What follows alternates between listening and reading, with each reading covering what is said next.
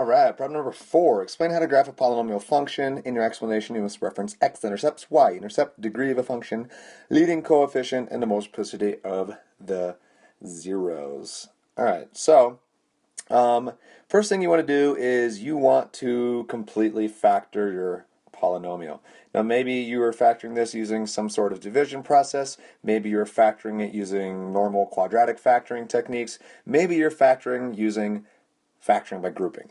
But the idea is factor it as much as you can, because once it is factored, we can go through and we can identify all the x-intercepts and their multiplicity. So let's say I had some polynomial and I factored it all and I got negative 5 times x plus 2 squared times x minus 3 times x, I don't know, minus 1. Let's say we had that. Well, let's talk about each of these pieces. First off, I have an x-intercept at x equals negative 2, x equals 3, and x equals 1. That's coming straight from those factors right there, the x values that make those factors equal to 0. Now notice that the x plus 2 factor has a power of 2 on it. That is the multiplicity of that factor. That means that 0 will bounce, that 0 will cross, and that 0 will cross, because those multiplicities are odd. If the multiplicity is even, it'll bounce. If it is odd, it will cross. So we found our x-intercepts. We found the multiplicity determining cross versus bounce. What is the degree of this function? Well, think about what we have. X plus 2 quantity squared. That is a squared function multiplied by x minus 3, a linear function, multiplied by x minus 3, another linear function. So I have a square function times a linear function times a linear function. Count the powers of x's. Well, that's going to give me 2 x's in my first factor right there. Right? I have 2 powers of x. Here I just have 1 power of x and another 1 power of x for a grand total of 4 powers of x, which means my degree is 4. Okay, that's useful because I know that all functions that are even degree will behave like an x squared function. All functions that are odd degree will behave like an x function or an x cubed function, if you like that.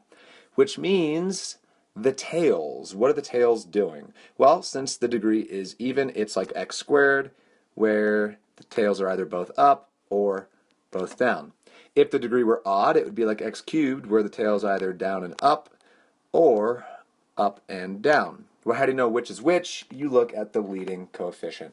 Our leading coefficient is negative, which means it is going to act like a negative x squared graph, and my end behavior will be down and down. Both tails will be down.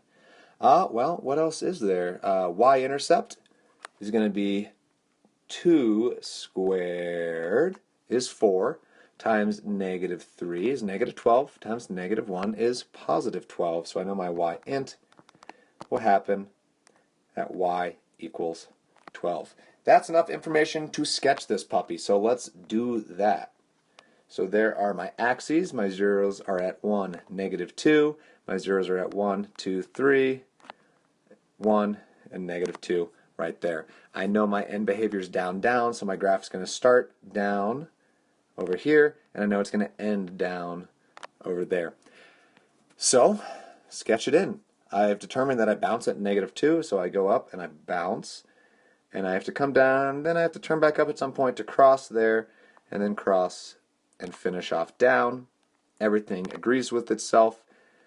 Ooh, except for the y-intercept. What did Mr. Reed forget? Well, Mr. Reed said positive 2 times positive 2 is 4, times negative 3 is negative 12, times negative 1 is positive 12, but he forgot to multiply that by negative 5, so negative 5 times positive 12 is negative 60. So I actually do get that y-intercept at negative 60. And it's good that I caught that mistake. And if you make a little mistake like that, your graph should kind of check catch the mistake by itself, right? Because we were like, oh, we have a positive y-intercept, but then everything else there went to say that the y-intercept had to be negative based off of the end behavior and the multiplicity, cross and bounds, and all that fun stuff. So the graph kind of checks itself if you let it.